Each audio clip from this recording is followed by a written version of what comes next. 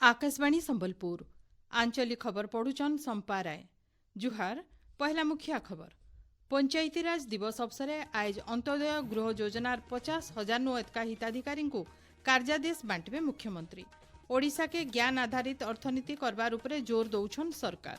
ग्रीष्म लहरी के नजर थी रखिकी आयबा सोमवार ठानु सबु विद्यालय के छुट्टी घोषणा कले राज्य सरकार। और ग्रीष्म प्रवाह और गुलगुली बढ़वा बोली 13टा जिला के सतर्क सूचना जारी कला पाणीपाग केन्द्र। एथर पूरा खबर। पंचायती राज संस्था मानकु एतका बरकस करबार सहित लोक मानकु विकासमूलक काम थी भागीदारी सुनिश्चित करबार के नेकरी देशे आज जातीय पंचायती राज दिवस पालन करा जाउछि। 1993 मसीहा भारतीय संविधान 73 नंबर संशोधन पंचायती राज दिवस के सांविधानिक मर्यादा देइथिला। 2010 मसीहा एप्रिल 24 तारिख नु जातीय पंचायती राज दिवस पालन करा जाइछे। इथिलागी इलाकार अधिवासी मानकर सक्रिय सहयोग थी तृणमूल स्तर नु गणतंत्र थापना सहित राष्ट्र निर्माण थी त्रिस्तरीय पंचायती राज व्यवस्था गुरुत्वपूर्ण भूमिका नौछे। मुख्यमंत्री मोहन चरण माझी बलांगीर गांधी स्टेडियम न चलीथिबा राज्य स्तरीय समारोह थी जोग देइछन। ई अवसर श्री माझी अंत्योदय गृह योजना थी 50,000 नु एतका हिताधिकारी को कार्यादेश बांटबार सहित पहला किस्ती टंका देवे।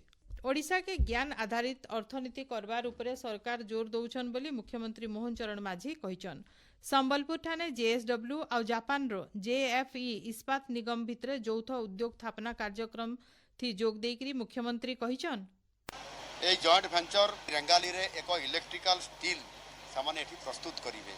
सेथिरे आधुनिक शिल्प पाई यह गोटे गुरुत्वपूर्ण रॉ मटेरियल इलेक्ट्रिकल व्हीकल एवं मॉडर्न पावर सिस्टम रे एठी जो स्टील प्रोडक्शन हबो ये जेएसडब्ल्यू कंपनी नेतृत्व रे आगामी दिन में जो 10 मिलियन टन कैपेसिटी रो स्टील प्लांट बनिया पई जाउची सेतिरे समुदाय 15 मिलियन टन रो बृहत शिल्प एठी प्रतिष्ठा पई जाउची जो थिरे कि आपनकर 61,000 कोटी टंका रो इन्वेस्टमेंट होउची।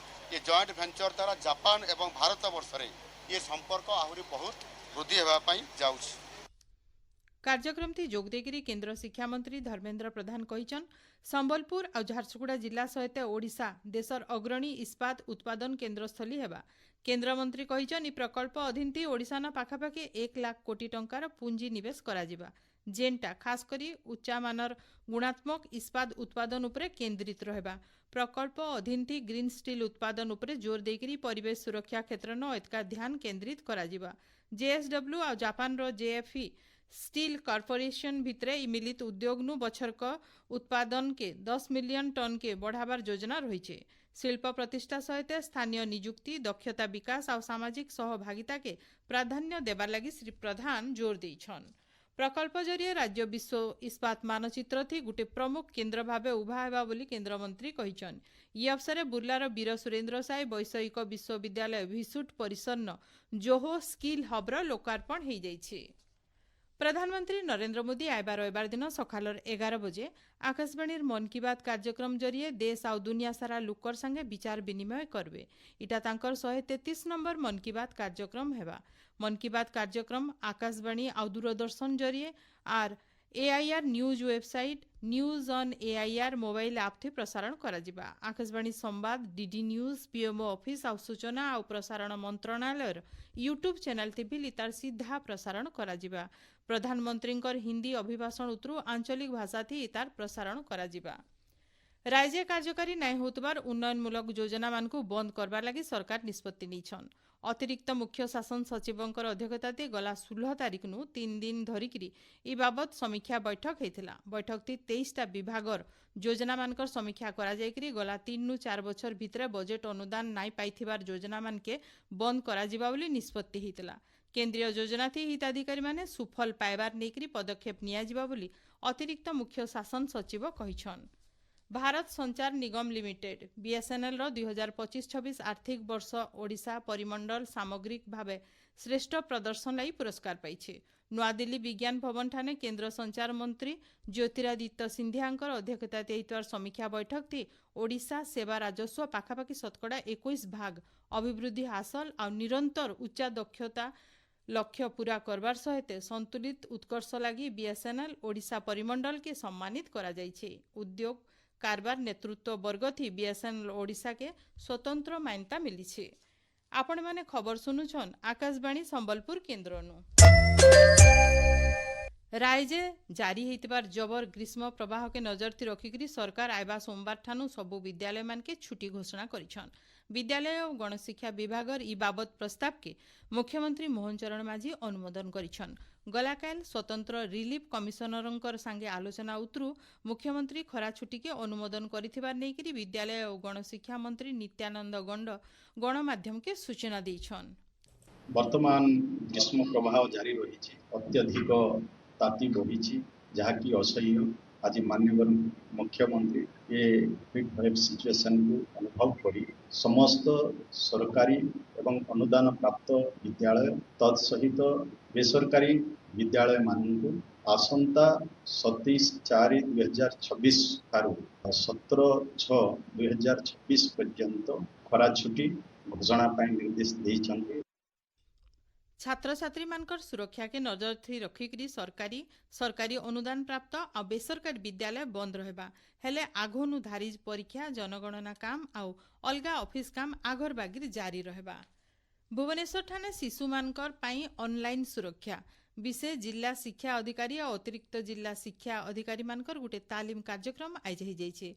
उद्घाटनी समारोह ओडिशा राज्य शिशु अधिकार सुरक्षा आयोग OSCECR रो अध्यक्षा बबिता पात्र ऑनलाइन विपदनु सुरक्षा देबार थी विद्यालय और गणशिक्षा विभाग गुरुत्वपूर्ण भूमिका उपरे आलोचना करथिले।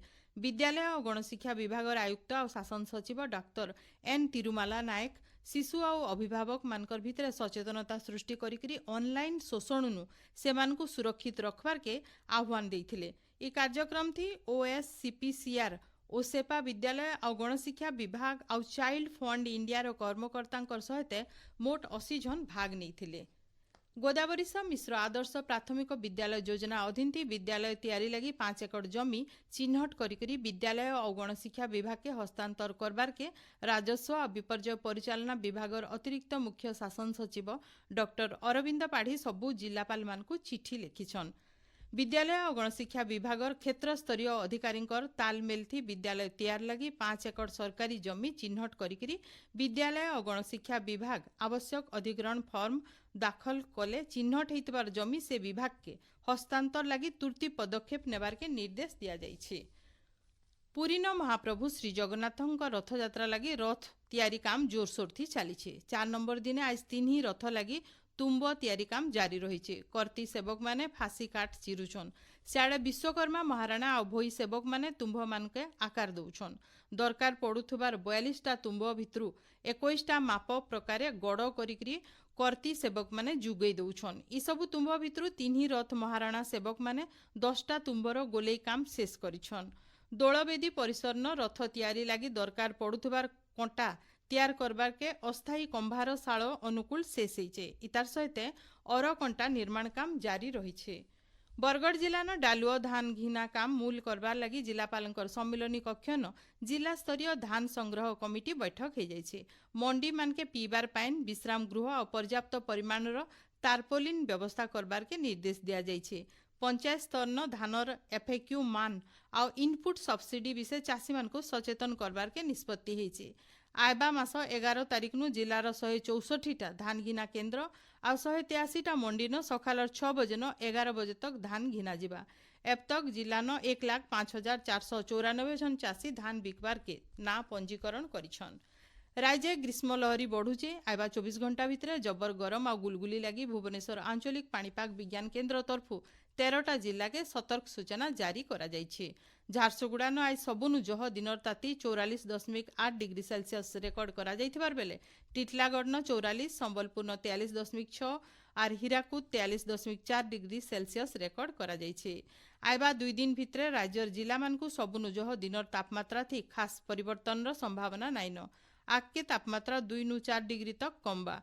सियाड़े आयबा 24 घंटा भितर घड़घड़ी सहित वर्षा हो पारे बोली पाणीपाग विज्ञान केन्द्र तरफु 6टा जिला के सतर्क सूचना जारी करा जाइछे। शेषे मुख्य खबर फेर गए। पंचायतीराज दिवस अवसर आज अंत्योदय गृह योजनार 50,000 नु अधिक हिताधिकारी कार्यादेश बांटवे मुख्यमंत्री।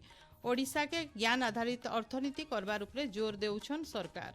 और ग्रीष्म प्रवाह आउ गुलगुली बढ़वा बोली 13टा जिला के सतर्क सूचना जारी कला पाणीपाग केन्द्र। आज आंचलिक खबर इन शेष है। जुहार।